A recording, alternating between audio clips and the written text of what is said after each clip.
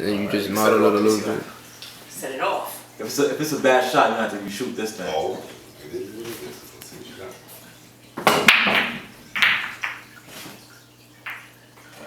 You look alright, decent. Let's keep it. So are we jumping into the combo now? Man.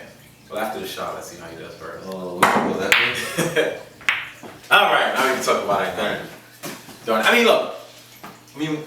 The phrase, or not even the phrase, the word identity has just become like, it's become such a catchphrase. So you hear ideas about, what is a black male identity? What does an American identity entail of? What does it look like to be a man of color? And to me, I don't believe in the notion of identity as we think about it. So here's my take on identity. I think that different folks in different circumstances take on different forms of identity at different times. So I think it's like sociological perspective, right? We all have our core identities. That's who we are as human beings. That's like really where you came up from, how your mom speaks to you, that forms a piece. But then there's also like a role identity and then a sub-identity. And the sub-identity is in the middle of it. You scratch that, man. The sub-identity is in the middle of it, but the big thing is the role identity, which is that no matter where you are, depending on what kind of role that you're taking on, you put on the identity that helps you to be successful in that space. But identity in the traditional sense of who we are and who we attempt to emulate. What is a man? Okay, and trying to figure out where you should be. And I think today there's some difficulty for young men to figure out who they should be. There is the feminization, the be a man, the don't cry, and so they're confused at points as to who they should be. The sensitive side cannot come out because you need to be a man.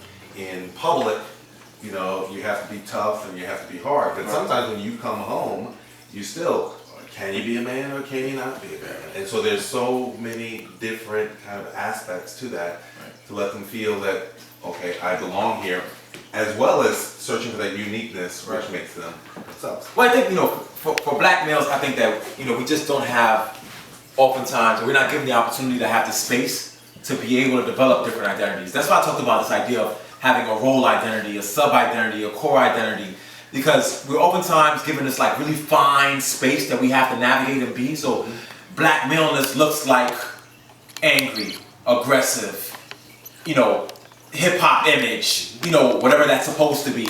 And so because we have this set thing, people think they have to be just one form of their self. And so that's why I talk about this idea of, well, you can have different identities in different places. I'm different wherever I go. When I go in to talk to, the president of my college, or I go to, give a talk to somebody in a sort of academic space, I put on a certain identity. Sure.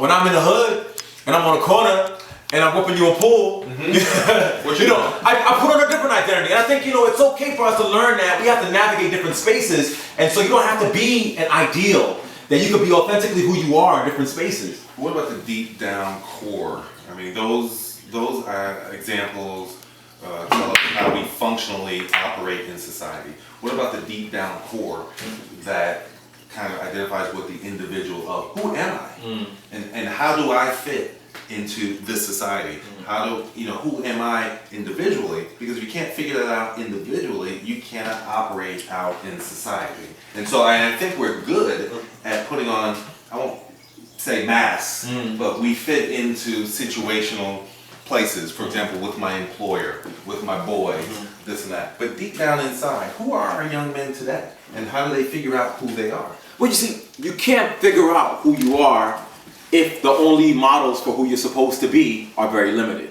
Okay. And I think that sometimes being able to navigate multiple spaces allows you to be able to find your authentic self.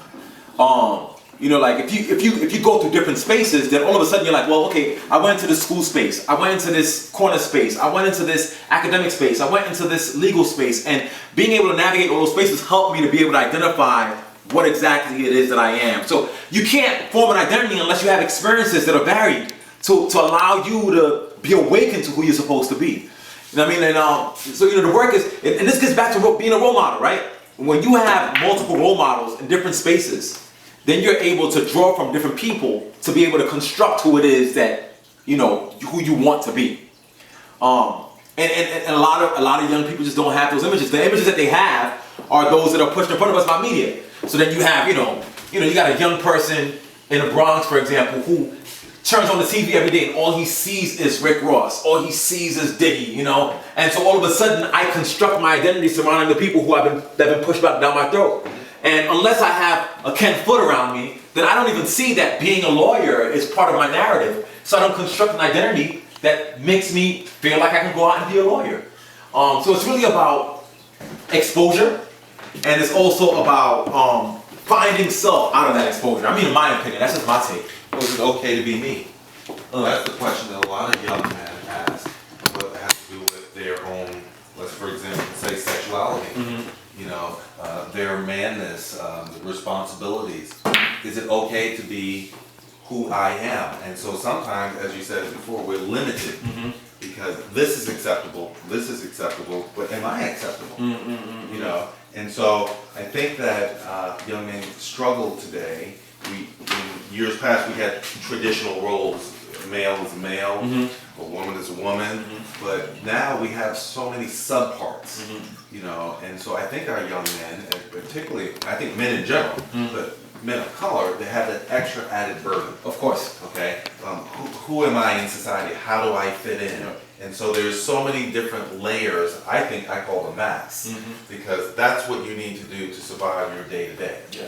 But do they have the avenues, the vehicles, the ability to be introspective, to say, who am I uniquely? And what is my place, on earth for this time period? Who am I? And I think very rarely do we sit down and have that ability to dig in and find that uniqueness, which gives us the ability to contribute to society and leave a mark. You talk about masks, man, and that just reminds me of probably one of my favorite books of all time. So Frantz Fanon's Black Skin, White Masks. And the main underlying theme to the book, at least in my reading of it, because we all read things differently, was this idea that, you have this phenotype, this brownness, but we're oftentimes chasing a white ideal. And so when you're chasing for a white ideal, you can't really find who you authentically are because you're chasing this ideal. And I think that's a lot of what young men of color are going through. But I think, the point you raised about being introspective and finding out authentically who you are, I think there's a piece of me that thinks that there's no way that can happen. And I'll tell you why. There's no way that can happen because you're born into a world where who you are, your identity, is shaped by the people who you surround yourself with. Right? If you're born into a poor home, a poor family without access to much, and the only world that you've been able to live in is of those who are around you, that shapes how you construct yourself until you get the opportunity to be able to go beyond that. And so, this idea of identity construction is not only about who you're exposed to, but it's also where you get to go. I mean, you can have somebody who spent their whole entire life within a 3-block radius, and they're brilliant, but their world is finite. Their identities are limited to where they've been embedded until they have the opportunity to go beyond that. Well, I think that to some extent that is true, because you're limited by your age and who you are and who you come up around. However, I think there comes a point where you actually stand up and something within you, yearns to kind of step out and ask the question, why am I here? Who am I? And what can I do while I'm here? So I think regardless, because that seems limiting, because if I come up in an area where I'm limited by my socioeconomic status or what apartment or what neighborhood I live in, then I'm limited. And I don't believe that. I think that you are nurtured up to a certain point, and then there's this yearning. And so my concern is, do we go further and dig deep in, or do we just, I don't use the word sell out, but do we settle for all of the structures that have been laid out before us? So I don't misconstrue what I'm saying. I don't think that being in a certain space should give an excuse for you having a certain type of identity. And I don't think that it should limit the identity, the piece of self that you construct. I think that it does in many ways, up until you have the opportunity to go beyond that. I think the work of identity construction is the kind of questions that you're posing, these larger, more philosophical questions, have to start happening earlier. If a young person, once they're born, is consistently being asked to find out what it is that they want to be and to see different options and different alternatives. In that situation, that person can see beyond, their immediate reality. But if that doesn't happen, the idea is any of these things that we're arguing for has to be facilitated. If there's no structure at play to allow you to see beyond what's around you, and you're not taught to think more critically about your environment, you're limited to it. Well, do you think it's a nurture versus nature type argument wherein we are limited, or you use the words and maybe, I'm maybe not understanding totally what you're saying as far as when that opportunity comes, do we have to wait for that opportunity, and does it have to, what if it doesn't come? Right. Or is it within ourselves to stand up and just kind of break out of that shell and say, hey, there's something about me, I'm not like him, I'm not like him, I'm not like him, I am me, and do we dare step out, break out of that shell, regardless of your status, regardless of where you've come from? See, but the thing, Ken, is this, I think that moment should come. I think that it's important for people to arrive at that point. But for us to have an expectation that will come on its own at some point, without training, without prodding, without exposure, without opportunities to question who you are, that just by virtue of being in the world, at some point it'll come. I think we can't do that. We can't expect this innate desire to form a different identity to just emerge out of the blue, because sometimes it won't come.